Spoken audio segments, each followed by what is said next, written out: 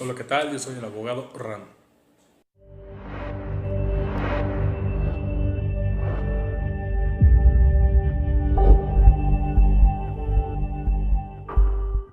El día de hoy hablaremos sobre el crack del 94. La crisis del 94, el efecto tequila, el error de diciembre. Todos estos nombres se usan para referirnos a la mayor crisis económica que ha enfrentado México en su historia moderna y que terminó afectando a empresas, familias y hasta a otros países. Hoy explicaré las tres posibles razones por las cuales sucedió esta crisis económica. Déficit fiscal histórico. Todo empezó durante la presidencia de Carlos Salinas de Gortari. Su administración había tenido buenos resultados, se tenía un crecimiento económico estable, se había logrado controlar la hiperinflación de años anteriores. Entró en vigor el Tratado de Libre Comercio del Atlántico Norte, se aceptó a México en la OCDE, en fin. Pero en 1994, al ser un año electoral, el gobierno de Salinas aumentó el gasto público desmesuradamente, llegando así a un nivel histórico del déficit público que presentó el 7% del PIB. Inestabilidad política. En 1994, México enfrentó varios eventos que pusieron en riesgo la estabilidad política del país. El primero de ellos fue el levantamiento de armas del Ejército Zapatista de Liberación Nacional en Chiapas, que le declaró la guerra al gobierno mexicano el 1 de enero de 1994. Después, el 23 de marzo de ese mismo año, sucedió el asesinato de Luis Donaldo Colosio, el candidato presidencial del PRI para las elecciones de este mismo año.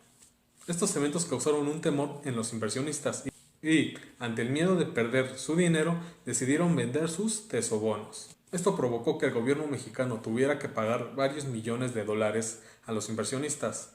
¿De dónde sacó el gobierno mexicano los dólares? La respuesta es de las reservas internacionales del Banco de México. Este suceso dejó estas reservas en niveles históricamente bajos. El error de diciembre. Cuando Zedillo toma posesión de la presidencia el 1 de diciembre de 1994, su gobierno busca maneras de detener la fuga de dólares de las reservas internacionales y mejorar la situación financiera del país. Hay que recordar que, en este mismo año, el tipo de cambio en México era flotante, con un límite inferior y uno superior. Esto quiere decir que en el Banco de México usaba sus reservas internacionales para mantener el tipo de cambio dentro de estos límites. Una de las estrategias del gobierno de Zedillo era aumentar el límite superior de un 15%, es decir, permitir que el dólar estuviera en un 15% más caro. Esto ayudaría a detener la fuga de dólares y era una idea razonable. Lamentablemente no se llevó a cabo de la manera correcta. Zedillo le comentó este plan a varios empresarios mexicanos y extranjeros, quienes al enterarse del plan retiraron rápidamente sus inversiones en dólares del país. Este es el famoso error de diciembre.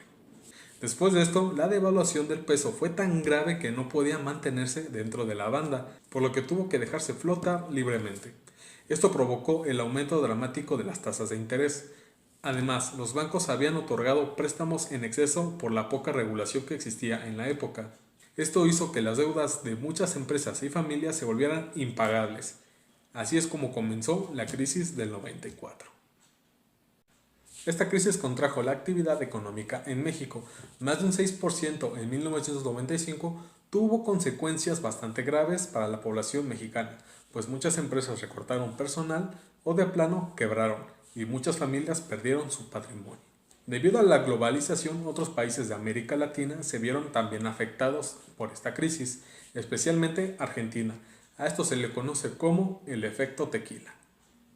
A pesar de todo, la situación se vio un poco mejorada gracias al Tratado de Libre Comercio del Atlántico Norte, que impulsaba las exportaciones, el rescate de los bancos por medio del FOBAPROA y múltiples fondos de rescate que México recibió de otros países e instituciones.